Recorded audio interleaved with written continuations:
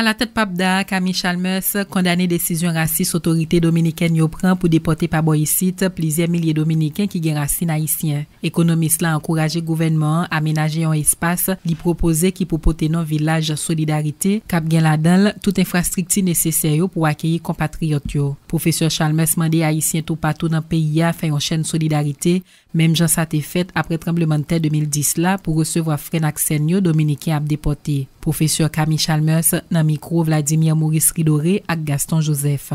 Immigration, bien sûr, c'est un droit que tout le monde gagne pour capable de vivre de l'autre côté, mais il faut nous voir que historiquement, très souvent, c'est migration forcée.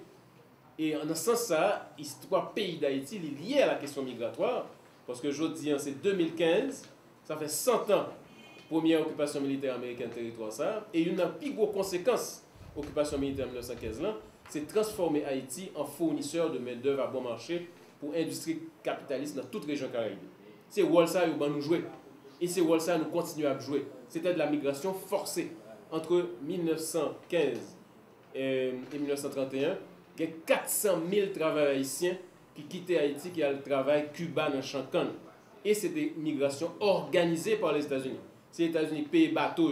C'est les États-Unis qui mènent les bateaux pour mener les travailleurs à aller Cuba. Et là, on a regardé 400 000 travailleurs. Population totale pays d'Haïti, ça c'était 2,6 millions. Donc là, on retire 400 000 travailleurs jam et gam, dont l'économie. Et pour vous à travers l'autre côté, ouais, ça veut dire non, attaquer l'économie paysanne. Non, et la crise de l'agriculture haïtienne partit de là. Donc je dis, 100 ans après, il faut nous réfléchir sur la question ça, et il faut nous voir qui j'en a sorti de l'occupation, et qui j'en a renoncé, et n'a changé le rôle que nous jouer dans la région Caraïbe, que nous jouons en exportant de la main-d'œuvre massivement chaque année et que nous jouons tout avec, par exemple, usine sous-traitance, pour qu'on a 20 travailleurs très très bon marché en d'un pays en même. Et dans ce sens, je veux dire, nous pensons que réponse qui doit être à la situation, ça, premier balan, il faut éviter la xénophobie et la stigmatisation. Il ne faut pas répondre par la stigmatisation et la xénophobie que les Haïtiens ont subi. C'est extrêmement grave que nous fassions ça. Il faut nous répondre avec une vision solidaire. Et une recommandation que PAPDA fait, c'est que nous créions des villages de la solidarité internationale. Et villages de solidarité internationale, ça va pour accueillir les travailleurs dominicains d'origine haïtienne.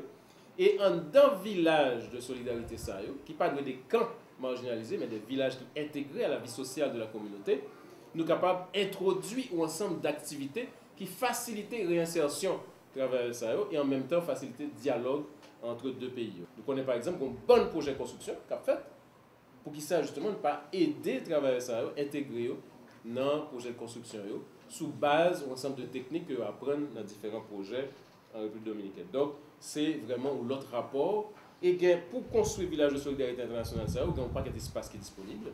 Par exemple, il y a toute une liste de terrains qui est disponible, par exemple Montcasse, etc., qui est capable d'accueillir village de solidarité internationale. Et en plus de ça, nous croyons que l'État haïtien pas doit accepter de recevoir travailleurs ça dans n'importe quelle condition. D'abord, il y a des lois et conventions internationales qui disent d'abord, pas doit faire n'importe quelle expulsion, pas doit expulser des gens comme ça de pays ou d'ailleurs parce qu'on crée une situation d'apatridie et c'est un bagage qui est condamné par toutes les lois internationales.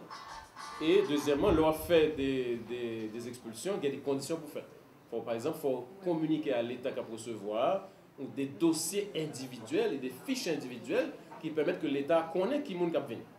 Okay, ça, c'est un bagage très important. Il n'y a pas l'impression que l'État haïtien exigeait ça.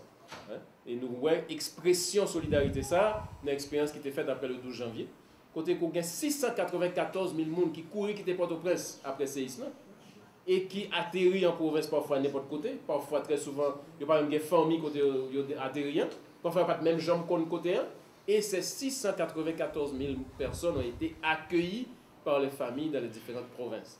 Accueillies, nourries, logées, encadrées affectivement pour qu'elles guérissent le traumatisme que celui de Port-au-Prince.